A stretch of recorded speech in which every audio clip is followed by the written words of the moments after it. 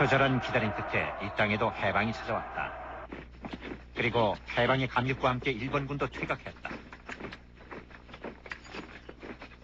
이때 평양 시민들 앞에 처음으로 모습을 드러낸 이가 있었으니 그가 바로 다름 아닌 김일성이었다. 해방의 감격이 채 가시지 않은 45년 10월 그는 소련 군정이 주최한 평양 시민 환영대회에 나와 대중연설을 함으로써 일반의 첫 선을 보였다. 당시 김일성의 나이는 33. 전설적인 김일성 장군을 환영하러 나왔던 군중들은 당혹할 수밖에 없었다고 한다. 적어도 60, 70 뭐 이렇게 날 줄 다 알았거든요. 그때부터 다 가짜다. 속았다. 군중들은 전부 다 문제는 김일성 그가 군중들의 기대와 달리 너무 젊다는 데 있었다.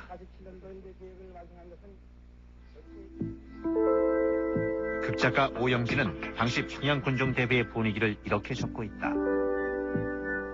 해방 후 최초의 대규모 군중 대회가 노전사 김일성 장군을 환영하기 위해 열렸는데 노 장군 대신 젊은 청년이 나타나자 군중들 사이에 가짜라는 공감대가 전류처럼 확산됐다는 것이다. 한순하게도 뭐 내 땡이 가고 내 천리 가고 신화적 존재됐죠 김일성이가. 다른 사람보다 이 목 하나가 더 크다. 이 광대뼈가 좀 나오고 눈에서 광채가 났다. 그래서 여기 번쩍서 저기 번쩍해. 혹 군중 앞에 나타난 김일성이 아닌 신출귀몰한 노 장군이 따로 있었던 것은 아닐까. 당시 유격대가 활동했던 만주의 상황을 고려하면 노 장군은 단지 신화일 뿐이라고 말한다. 한겨울이 되면 영하 3, 40도가 넘는 혹한에서 몇 날 며칠을 굶어가면서 일제 토벌대를 피해 다녀야 되는 그런 곳이 만주의 상황입니다. 蹴られても殴られてもですね、耐えられるような非常に頑強な体力を持って、もちろん気力は当然ですけど、そうして生きなきゃならない。そうしなければ自分もすぐ病気になって死んでしまう。そして部下も殺してしまうというわけですね。 그럼에도 군중들이 노 장군을 기대했던 데는 당시 조만식, 김구 등 독립운동가들의 나이가 60, 70대였다는 데도 원인이 있어 보인다. 항일 명장이라고 하기엔 너무 젊었던 김일성. 백범 김구의 비서를 지냈던 선우진은 그러나 다른 김일성 장군이 존재했을 가능성에 대해서는 인정하지 않았다. 여기서 가짜라고 이제 그런 얘기는 들었는데 거기에 대한 해명이 없어요. 그분이 김일성이라는 분이 따로 있었다. 이런 얘기를 들어본 적이 없어요. 분단 이후 남한에서 맹위를 떨친 김일성 가짜설의 진원지도 이 노 장군 신화였다. 문헌상 가장 먼저 김일성 가짜설을 들고 나온 해방 전후의 조선 진상은 당 33세의 평양에 나타난 김일성은 소련사관학교 출신의 소련군 소자라고 적고 있다. 그리고 실제 김일성은 1920년대 국내에 널리 알려졌던 일본 육사 출신의 전설적 항일 명장 김광서 장군이며 북한의 김일성은 그의 이름을 도용했다는 것이다. 옛날 일본 육사 출신의 김일성이라는 분이 계셨던 거예요. 돌아가신 이영준 장군 뭐 이런 분들 그분이 일본 육사의 이름인데 그 전에 선대를 했다고 그러죠. 워낙에 나이 많지. 이런 주장은 이후에도 계속 이어지는데 일본 육사 출신의 김광서, 김경천이란 가명을 썼던 장군이 진짜 김일성 장군이었을까?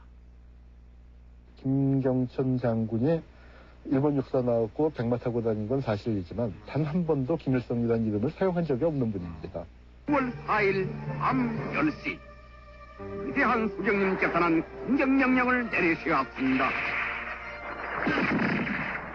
북한은 김일성의 항일 투쟁 중에서도 특히 1937년에 있었던 보천보 전투를 대대적으로 선전해왔다. 장백에서 활동하던 김일성 부대가 국내로 진공, 일제의 관공서를 습격했다는 것인데 그러나 김일성 가짜설을 주장하는 이들은 보천보 전투의 김일성 역시 북한의 김일성이 아니라고 주장한다. 오보도 많이 있고 잘못 인식한 것도 많이 있지만 그 중요한 것은 36살이라는. 그런데 현재 북한 김일성은 그 당시 29살이거든요. 그러면 7살이나 틀리나 하는 것은 이건 상당히 틀리는 것입니다. 당시 국내 언론들은 이례적으로 이 보천보 사건에 대해 지대한 관심을 보였다. 동아일보는 이튿날 호해를 내는 것을 필두로 사건 속보를 전했다. 이어서 조선일보 역시 피해 상황을 상세히 보도했다. 보천보는 해산진 근처의 면서지지였는데 당시 중국과 국경을 맞대고 있는 해산 일대에는 만주에서 활동하는 항일파시산과 독립군들의 출현이 그만큼 빈번했다고 한다. 그래서 일제의 감시 또한 삼엄했는데 서슬퍼렇던 일제의 시설들이 쑥대밭이 되는 사건이 벌어진 것이다.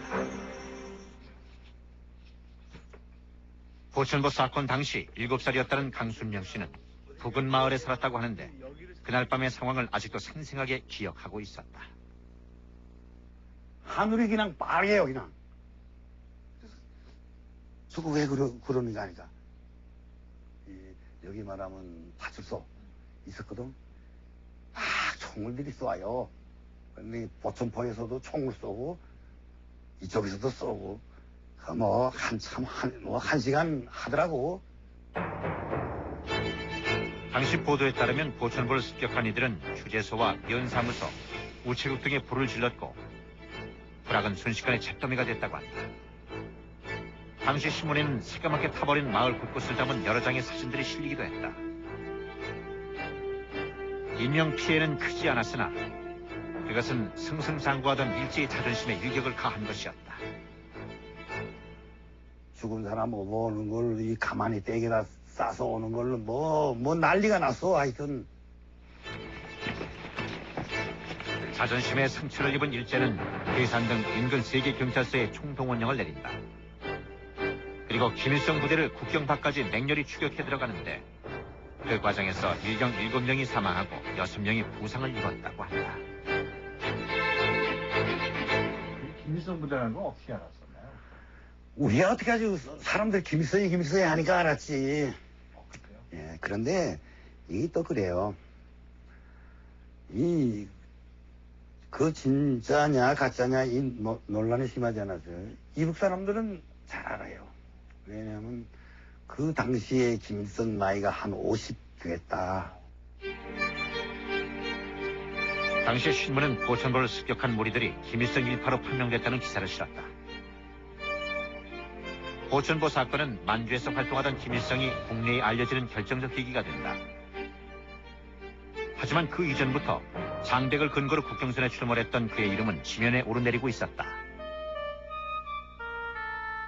특히 그 무렵 국내에서 발행되던 삼천리라는 잡지는 여러 차례에 걸쳐 김일성과 관련한 특집 기사들을 흥미있게 다루고 있다.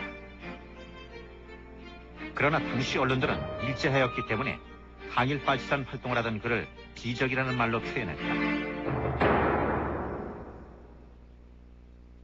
북한의 김일성이 보천보 전투의 김일성이 아니라는 가짜설은 보천보 당시 36살이던 김일성이 그의 사망했다는 보도와 관련이 있다. 아침 밥을 먹고 있는데 갑자기 일본군이 말이야. 포위 다니다니라. 그래 일본들이 막 싸고 오는데 말이야. 그래 막 도망을 가는 말이야. 하는데 말이야. 그래 이제 김일성이가 말이야. 다리에 총을 맞아가지고 피를 흘리면서 기서 산중을 들어갔는데 그 뒤에 가보니까 그 뒤에는 만나지 못했단 말이야. 극비 문서인 일본 외무성 자료에도 비슷한 내용이 수록돼 있다. 이것은 일제의 정보 보고에 해당하는 문건인데 당시 보천보를 습격했던 김일성이 그해 11월 무송현에서 만군, 즉 만주군에 의해 사살됐을 것이라는 보고가 있었음을 알 수 있다.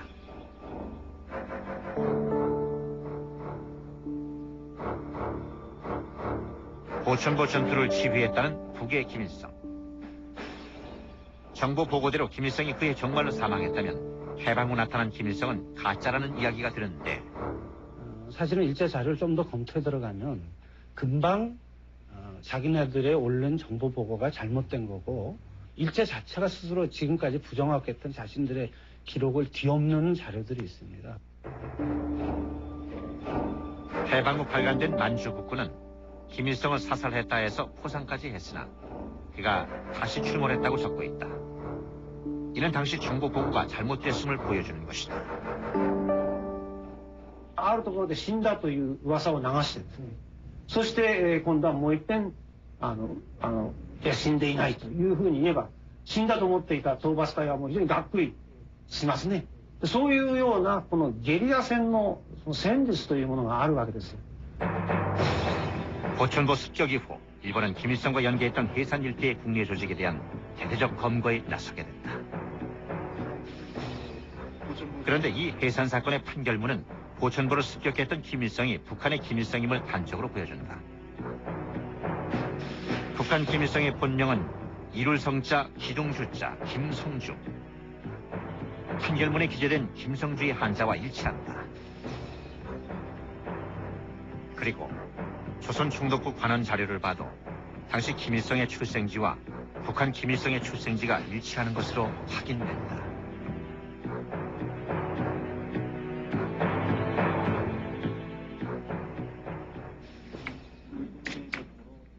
이에 대해서는 해방 후 김일성의 숙청을 피해 망명길에 올랐던 이들조차 이의가 없는 듯하다. 지난 89년 한국을 방문했던 이상조. 인민군 부총참모장을 지냈던 그는 보천보의 김일성이 북의 김일성임을 인정했다. 보천보 전투에 참가한 김일성인가 아닌가 이것을 묻는다고 하면 그건 진짜입니다.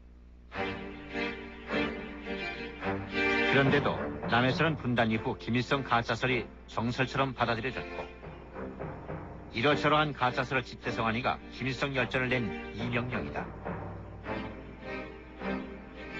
그는 7, 80년대 당시 만주 둥지에서 활동했던 증언자들의 진술을 토대로 4인의 김일성설을 들고 나온다.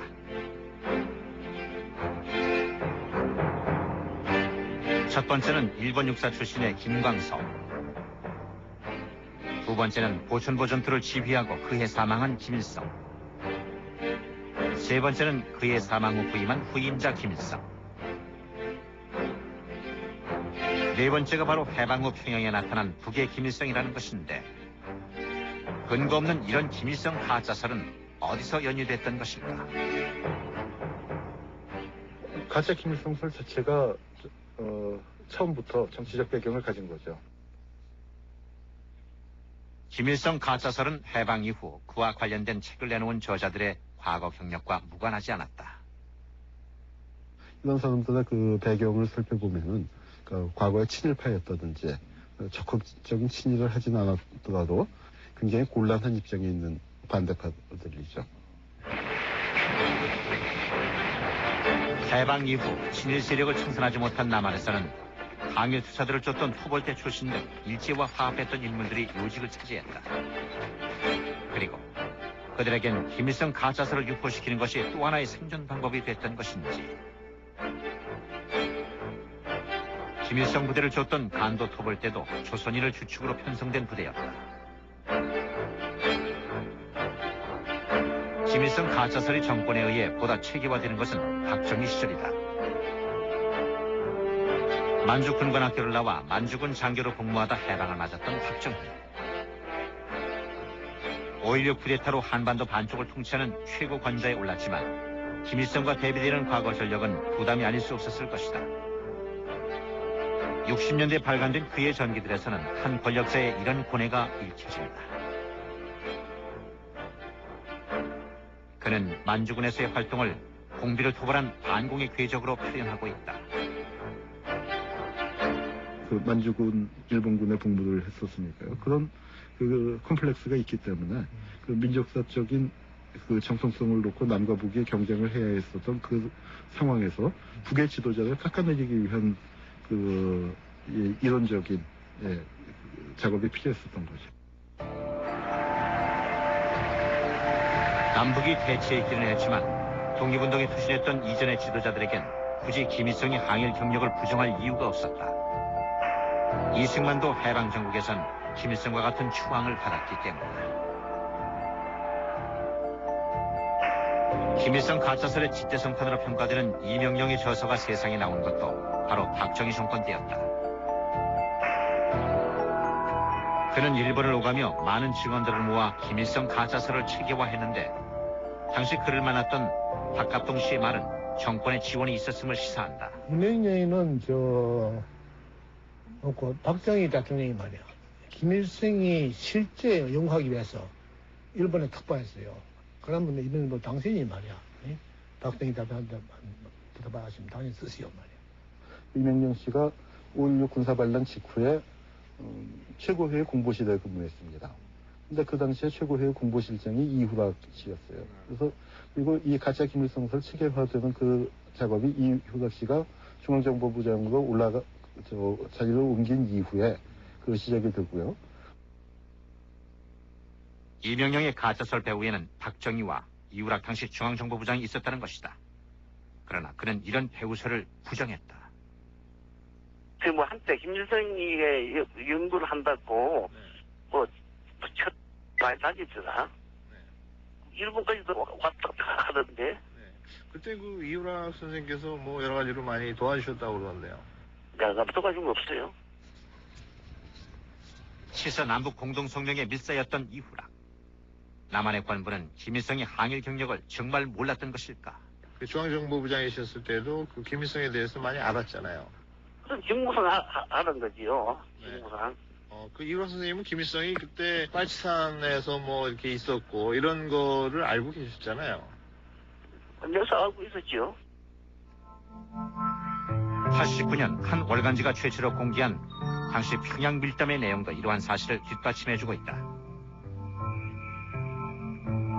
이후락 씨는 김일성이 항일투쟁을 담은 오페라를 본 후 자신도 그가 항일투쟁을 했던 심정으로 평양에 왔다고 했다는데, 한편 김영욱 중앙정보부장은 기자회견을 통해 김일성 가짜설이 횡행하던 시절 남한의 관부가 이미 그의 항일운동 사실을 알고 있었다는 증거는 또 있다. 이후락 씨보다 앞서 중앙정보부장을 지냈던 김형욱은 훗날 그의 회고록에서 이렇게 추례했다.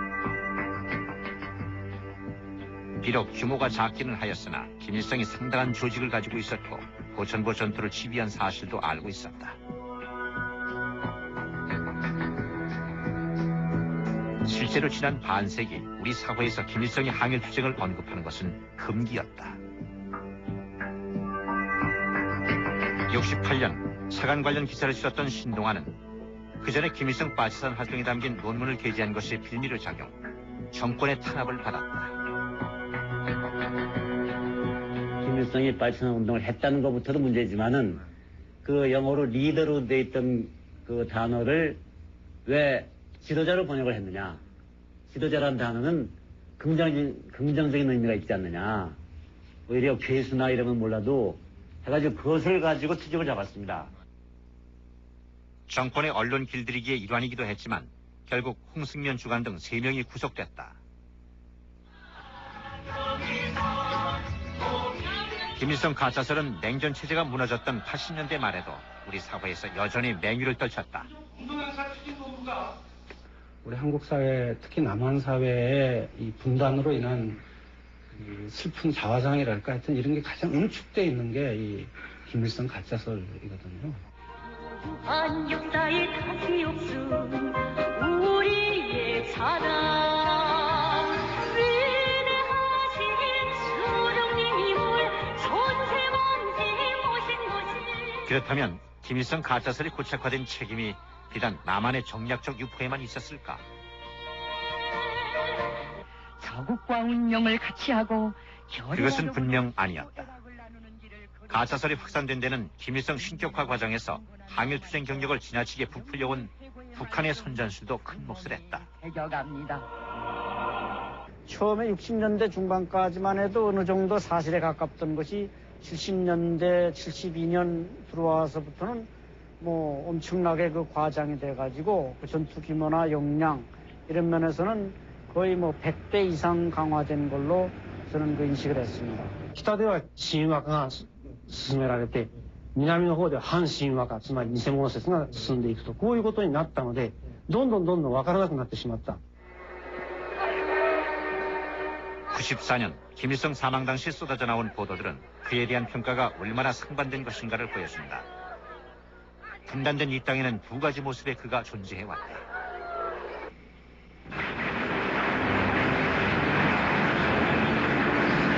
김일성은 무엇보다 민족 비극을 불러온 한국 전쟁의 주범으로 각인돼 있다. 그래서 지난 반세기 그에 대한 객관적 사실과 평가조차 어려웠던 것은 아닐까.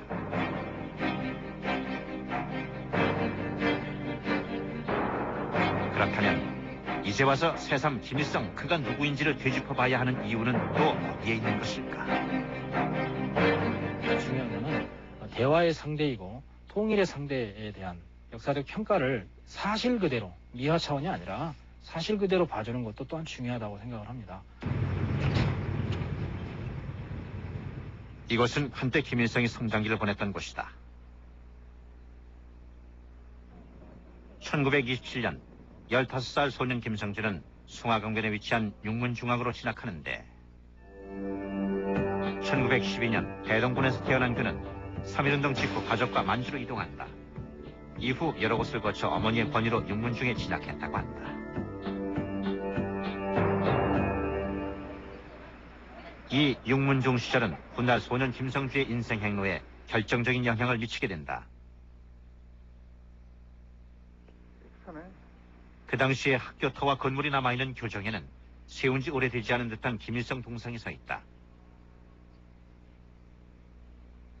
육문중은 주로 중국인들이 다니던 명문이었다고 하는데 김일성의 유창한 중국어 실력도 이곳에서 익힌 것이라고 한다. 소년 김일성은 이 시절 처음 공산주의 사상에 눈을 뜨게 되는데 소년회 등에서 활동했다고 한다. 어린 시절 절친한 교우였던 손원태. 그는 김일성과 지냈던 그 시기를 이렇게 회고했다. 어른들은 대개 독립운동 하시고 우리는 독립운동 분위기에 살기 때문에 자나깨나 그래서 독립운동 그 방면의 말을 듣고 그 방면에 대해서 얘기하고 또 소년회라는 것도 나이는 어리지만 그런 사상으로서 소년회라는 걸 시작한 거죠. 김일성은 지난 91년부터 매년 미국에 정착한 어린 시절의 친구 손원태를 초청했다고 한다. 그가 무엇보다 손원태를 환대한 것은 생명의 은인으로 여겼던 손정도 목사의 아들이었기 때문이기도 했다. 1929년 가을 김일성이 길림 감옥에 수감됐을 때 민족주의자였던 손정도 목사가 그를 구명해 주었다고 한다. 이 사건으로 육문중을 중퇴하면서 그는 인생의 전환점을 맞게 된다. 독서 사건이라고 그러는데 그것은 중국 학생들과 같이 그 독서 무슨 회가 있었던 모양이에요. 야매 그 공산 사상에 대한 독서 모양이죠. 그래서 제가 직접 듣진 못했지만 그것이 아닌가. 30년 넘어가면서 29년 말 30년 초에 가면서 완전히 공산주의자로 이제 그 전환하는 이제 그런 모습을 보게 됩니다.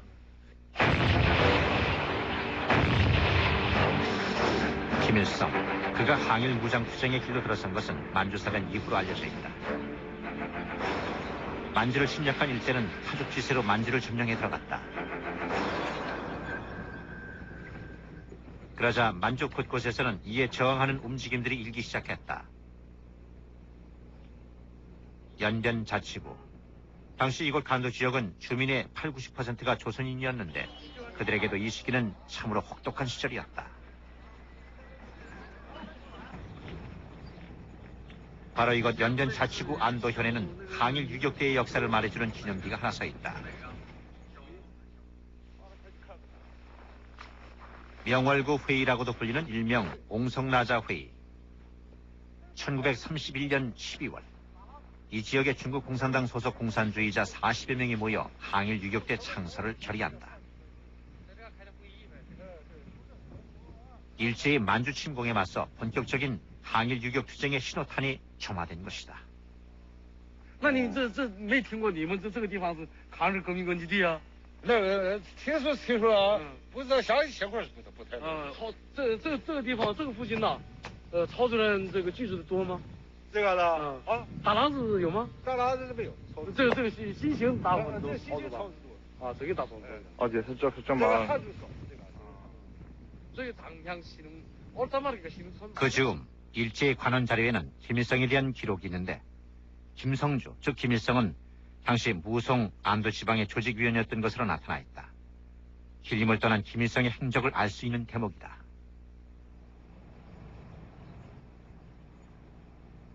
간드로 건너온 김일성이 항일 유격 별동대를 조직하게 되는 것도 이 무렵. 회의 결의에 따라 유격대를 조직하려던 그는 안도현 소사하 지역으로 숨어든다. 그가 이 무주마을 근처로 근거지를 정한 데는 그럴 만한 이유가 있었다고 한다. 아버지 김형직이 사망한 후 육문 중학 시절부터 따로 지냈던 어머니 강반석이 이곳에 살고 있었기 때문이다. 당시 그의 어머니는 외딴 집에서 그의 동생들과 기거했던 것으로 전해진다. 여자는 혼자서 사는 때는 집이 딸려서 당하면 혼자 그래서 난 사면 내가 이 불화해서 사면서 꼭강 이쪽에서 원래 그 일하는 노인들이 수준에 논밭입니다. 논밭이고 중간에 올려 있을 텐데 집이 거기서 사면 내가 그다음에 꼭강 건네 그 산길 타려다 이 불화 사람들 하면 김일성의 어머니가 기거했던 집터는 논으로 변하고 흔적이 남아있지 않다.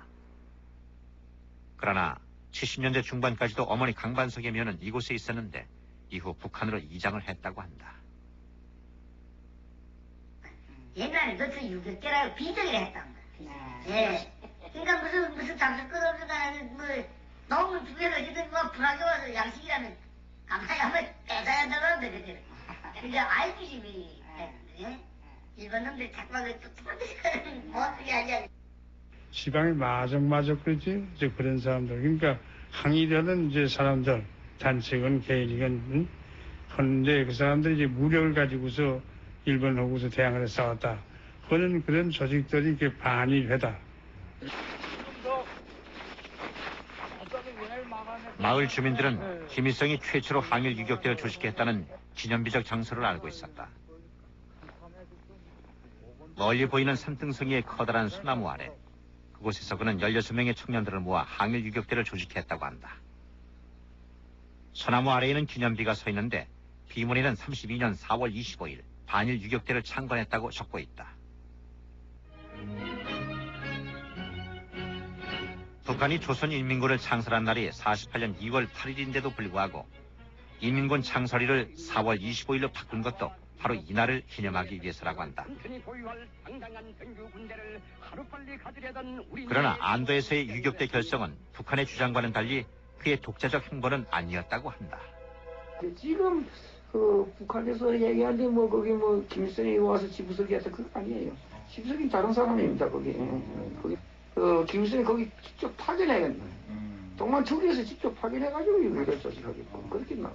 그 당시에 김일성이 한 역할은 어떤가요, 그렇죠? 그러니까 중요하게 조직자죠. 여기서 상부의 정신을 관철해서 그 조직하는 조직자죠. 이것은 30년대 중국 공산당의 김일성 신상이 기록되어 있는 미공개 문서다. 그에 따르면 김일성은 32년 공산당에 입당했고 부대원 사이에 상당한 신임을 받은 듯하다. 중국말을 할 수 있고 유격대원 속에서 승진한 사람이고 중국인 대원 사이에서 신앙이 높다, 즉 신뢰가 높다라는 뜻이고요. 그 다음에 중국 구국군, 즉 중국 국민당을 지지하는 구국군 가운데서도 역시 신앙이 높다라는 것이죠. 그래서 정치 이념을 떠나서 다 나름대로 중국인들 사이에서는 신뢰를 확보하고 있다라는 사실을 알 수 있습니다. 32년 민족주의 계열인 양세봉의 조선혁명군을 별동대를 조직한 김일성이 찾아오는데 양세봉 밑에 참모장이었던 김학규는 자서전에 그가 공산청년 수십 명을 데리고 와 무기를 요청했다고 적고 있다.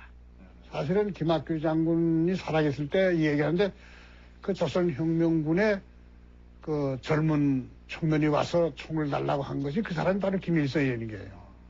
그분한테도 그 김일성이가 이제 한 20명 다리고 젊은 사람들 다리고서 왔더라는 그런 얘기를 들었습니다. 그러니까 그때부터 우리 독립군들도 그 김일성이라고 하는 것은 뭐 그렇게 큰 존재 가치는 없지만 하여간 나이 어린 것이 상당히 똑똑하게 생기고 그 활발하게 움직이려고 했다 하는 그런 얘기를. 양세봉을 직접 만났습니다. 조선혁명군 사령하고. 그냥 같이 연합하자 그랬고 뭐 부대를 뭔가 좀 어떻게 무기랑 대달라고 그러니까 양세봉이 그때는 아직 사상이 민족주의니까. 글쎄, 니 뭐 와서 하겠으면 하라. 난 내하고는 합작 안 한다 그러지. 뭐 여기 뭐 11명이 되는 거 뭐 아무것도 없으니까 뭐. 그러니까 할 수 없이 김일성이 다시 돌아왔어요. 돌아오면서 어디가 쭉 전화를 해가지고 이래 들어와서 영안에 왕천이 들어왔거든요. 연길에서 안도로 건너가 유격대를 조직한 김일성은 이후 조선혁명군과의 연합이 좌절되자 중국 공산당 소속의 왕청 유격대로 합류한다.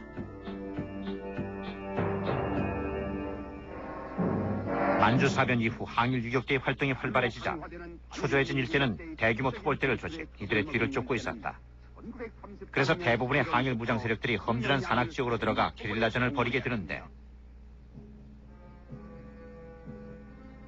김일성이 합류한 왕청 유격대도 소왕청 처마산 골짜기에 진지를 구축하고 있었다.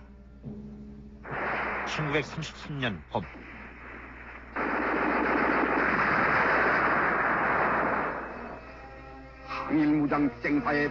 북한이 김일성이 항일 유격 전과 중 손에 꼽는 소왕청 전투가 벌어진다.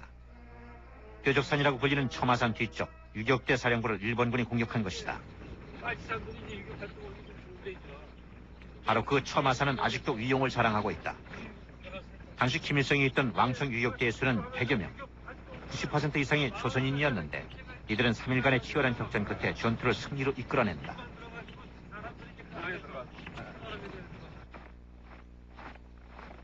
이것은 일본군의 공격을 미리 알아내기에 유리한 지형 조건을 갖추고 있었다. 항일 유격대들은 산 아래 유격부라는 마을을 조성, 식량 등 물자를 조달했다고 한다.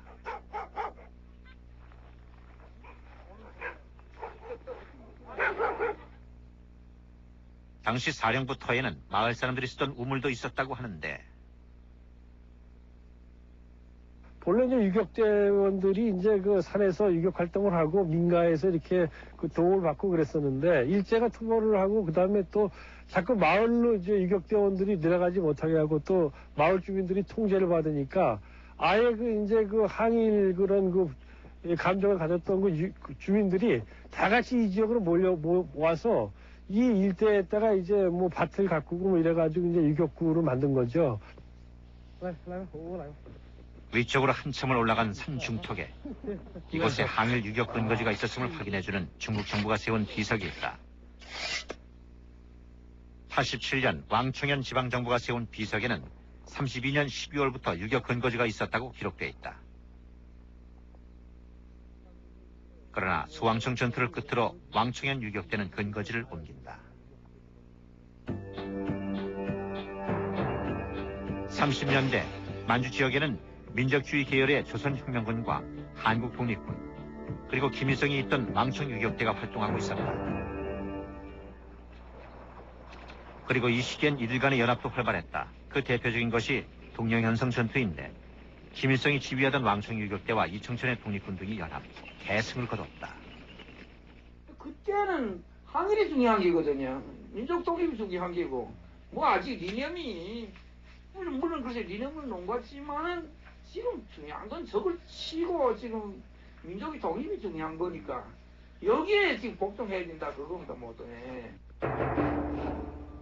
승전을 거듭하던 김일성, 그에게도 시련은 있었다.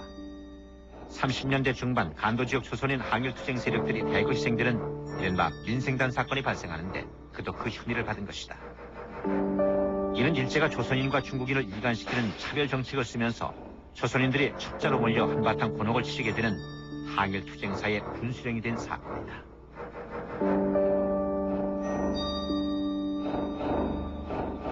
중국 공산당 내에서 어떤 의심이 생겼냐면은 일본 제국주의자들이 조선인 간첩을 중국 공산당 내에 침투시키고 있다 하는 그 생각이 퍼져나가면서 이제 걷잡을 수 없는 의심이 일어납니다. 대개 그래서 500명 정도를 보면 되겠습니다. 직접 사망한 사람들. 그러니까 거기서 의심받고 배척당하고 뭐 자기 스스로 자수하거나 도망쳐간 사람까지 하면 뭐 2000년을 볼 수는 있겠지만.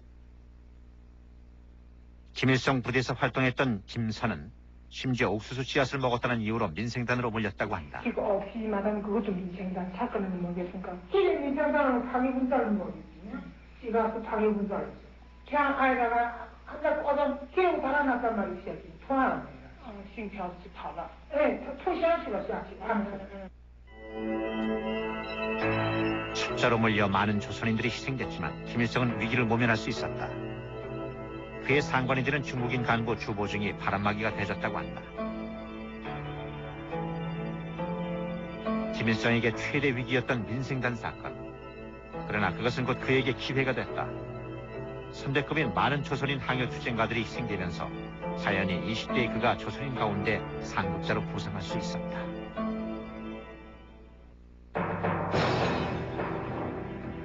이후 만주 지역의 항일 무장 세력들은 36년 동북 항일연군이라는 대규모 부대로 재편됐다. 이 항일연군은 조중연합 형태의 부대로 30년대 중반 만주에서의 항일 투쟁을 주도하게 되는데 김일성 등 조선인 간부들이 적지 않았다.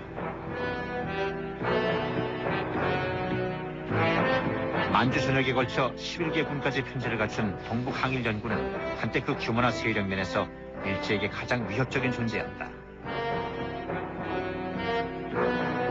이 시기 김일성이 속한 유격대는 조선인들이 근간을 이루고 있었는데 여성 대원들도 적지 않았다고 한다.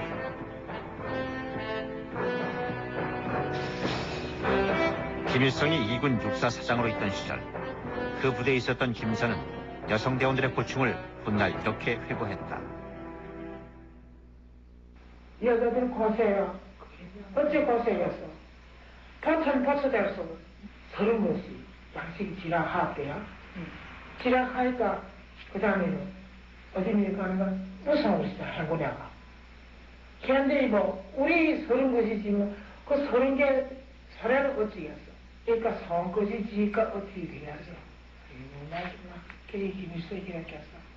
야, 우리 사단의 아들에는 그저 땅나무 재라고 해서 집만 묻고 쓱 구분하지. 36년 흔히 김일성 부대라고 불렸던 2군 육사는 백두산 장백현 지구로 그 활동 무대를 옮긴다. 당시 신문지상에는 북경 근처 무송 등이 연합 세력에게 습격당했다는 보도가 실리기도 했다. 이를 주도했던 부대의 지휘자 중 한 사람이 김일성이었다. 이때부터 김일성은 일본 경찰이 그 부대 안에 첩사를 보내 정탐을 할 만큼 주목을 받는다.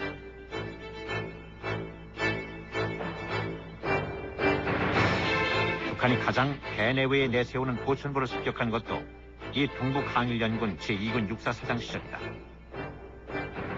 추격경관 7명 사망, 6명 부상. 다른 전투에 비해 결코 규모가 큰 것은 아니었다. 그러나 일제의 탄압이 극에 달했던 시기 조선인 무장 세력들이 국내에 진공, 일제의 일격을 가했다는 것만으로도 그것은 당시로서는 충격적인 사건이었다. 그래서 그 전투가 비록 그 작은 전투지만 대중들에게나 일본 제국주의에게 준 정치적인 충격은 엄청났던 거죠. 왜냐하면 그 당시에 그 일본이 아주 승승장구하고 있었고 일본의 힘을 아무도 제어하지 못하고 있었을 때입니다.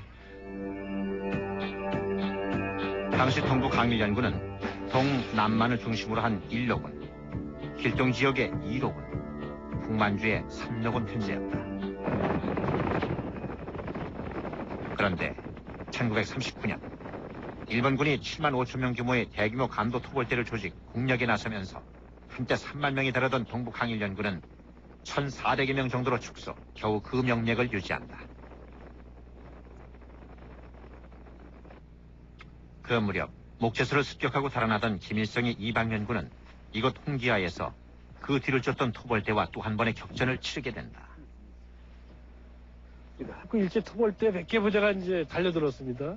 그런데 이제 이 몇 개 그 토벌대 부대 중에서 그 마에다라고 이제 145명의 토벌대로 구성된 부대가 일로 들어오다가 김일성의 이방명군하고 여기서 부딪혔는데 김일성 부대는 뒤를 추격하는 마에다 부대를 산 쪽으로 유인, 매복해 있다가 섬멸시켰다고 한다. 산중턱에는 세운 지 꽤 오래돼 보이는 중국 정부가 세운 기념비가 서 있다. 만주 항일 무장 세력들의 폐색이 짙어가던 40년 3월 25일의 일이었다. 김일성의 당시 직책은 항일연군 1로군 이방연 군장. 비문엔 마에다 부대 120여 명을 소멸했다고 되어 있으나 일본의 공식 자료와는 조금 차이가 있다. 일본의 관원 자료는 김일성 비단, 즉 공비단과의 격전으로 58명이 전사하고 27명이 부상한 것으로 기록하고 있다.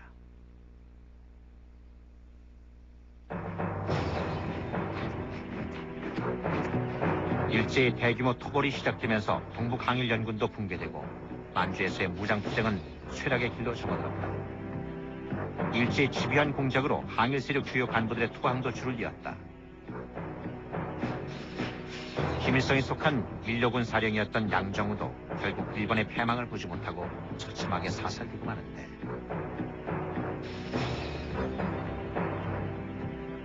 당시 이런 사망자와 귀순자가 3천여 명에 달한 것으로 집계됐다.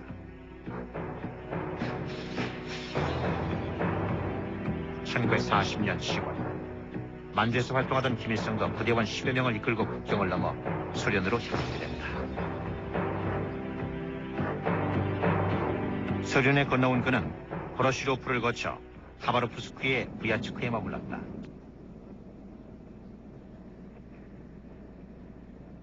이곳 88 여단 시절의 상관이었던 주보중은 당시 그의 일기에 김일성이 대원 16명과 함께 소련 현지에 도착했다고 적고 있다.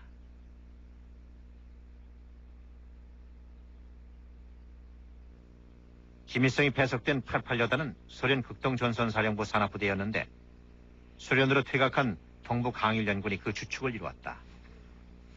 김일성은 이곳에서 김정숙, 김정일 등과 함께 생활했는데 주보중 등 상관들로부터 상당한 신임을 받았다고 한다.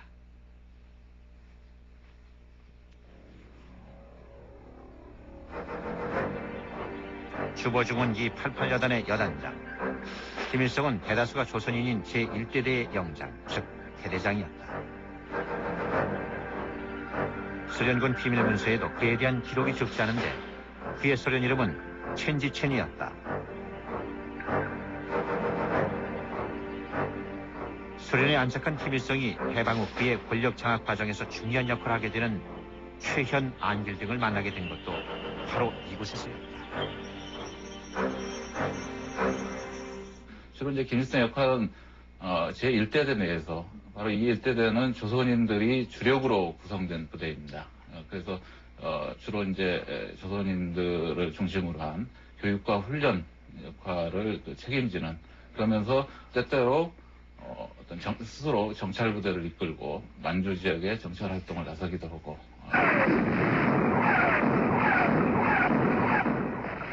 소련에 머물던 그 시기 김일성은 해방을 맞는다. 가진 성진 등을 연이어 해방해가는 소련연혁명군의 투신 공격 앞에서 그러나 한동안 북한은 그가 40년 말부터 해방 당시까지 소련에 체류한 사실을 인정하지 않았다.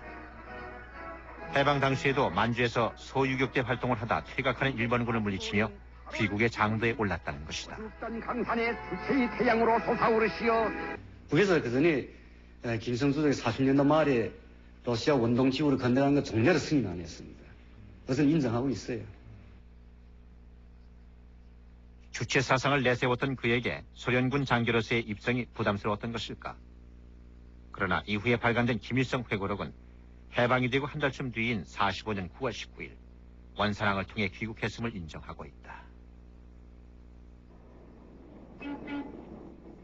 해방과 함께 이국에서 독립운동을 하던 이들이 속속 국내에 입성했다. 당시 국내에서 그에 대한 인식은 어떠했을까? 45년 한 우익단체가 실시한 설문조사 결과는 해방 전국에서의 그의 위상을 짐작케 한다. 지도자로 적당한 인물의 여운형, 이승만, 김구에 이어 그가 6위에 올랐다. 또 내각의 국방장관 격인 군무부장 1순위로 뽑히기도 했다.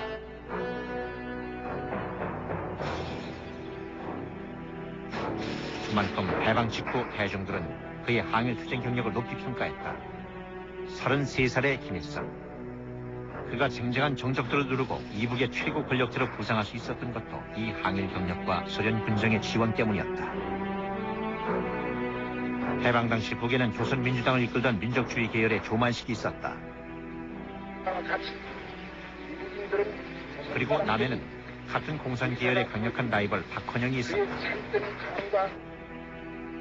그러나 신탁통치 정국이 시작되면서 조만식은 반탁의 대표 주자라는 점에서, 박헌영은 미군이 진주한 남한을 연구를 한다는 점에서 소련 군정의 신임을 얻지 못했다. 해방 전국에서 소련 군정의 전폭적 지지를 얻은 김일성은 마침내 48년 9월 9일 조선민주주의 인민공화국을 창설할 수상에 오른다.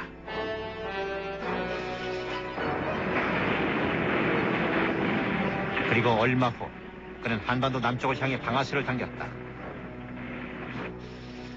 김일성, 그의 이름엔 분단의 역사가 응축돼 있다.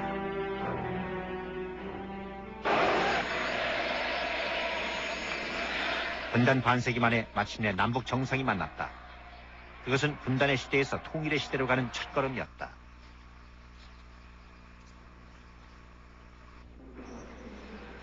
그리고 오늘 우리 사회에서는 작은 변화들이 감지되고 있다. 대학 캠퍼스에 김일성의 항일투쟁 등을 다루는 이른바 김일성학 강의가 등장한 것이다. 그 김일성 가짜설에 대해서 고등학교 때까지 들은 바가 있었던 사람 손 들어보세요. 의외로 적은 수만이 김일성 가짜설을 들어본 적이 있다고 했다. 자, 그럼 김일성 가짜설은 들어본 바가 없다. 80년대 태어난 이들에겐 관심사도 아니었다. 항일운동을 했다고 생각하는 사람. 이미 강의에서 들었기 때문이기도 하겠지만 많은 학생들이 그의 항일투쟁을 인정했다. 지난 1월 IMBC를 통해 네티즌 1,400여 명을 대상으로 실시한 설문조사의 결과도 지난 반세기 우리 사회를 지배해왔던 김일성 가짜설의 공관벽이 무너지고 있음을 보여준다.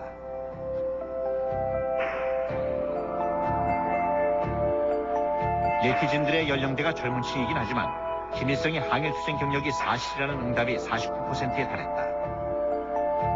더구나 사실이라면 높게 평가해야 한다는 응답도 51%를 넘어섰다. 변화의 바람이 일고 있는 것이다.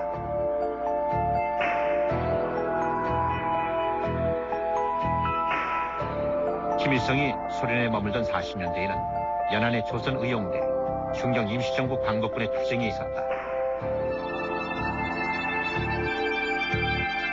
그리고 암울했던 일제 식민지 시절, 조국 해방을 위해 몸을 던졌던 수많은 민족주의 계열의 항일투사들이 있었다. 그렇다면 민족 독립운동사의 큰 흐름 속에 김일성을 어디쯤 자리매김하는 것이 과연 온당한 것일까?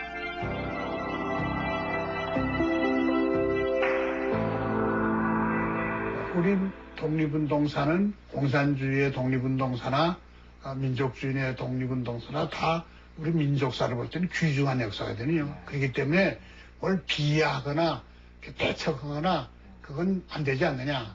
또 그 대신 무슨 그걸 허구를 한다든가 또는 너무 과대평가를 한다든가 왜곡을 한다든가 그것도 좋지 않지요. 크게 봐서 세 가지로 보자. 주로는 이거고 백두대간에도 다 옆에 같이 지루 산맥들이 있잖아요. 그 같이 주로는 이거고 그 다음에 김일성이 빠지산, 그 다음에 김원보이가 맨질난 조선이용군. 이거는 지류로 이렇게 보자. 김일성. 그는 역사 속에 묻혔다. 그리고 이제 분단을 넘어 통일로 가야 할 세대들에게 그에 대한 객관적 평가가 숙제로 남아있다.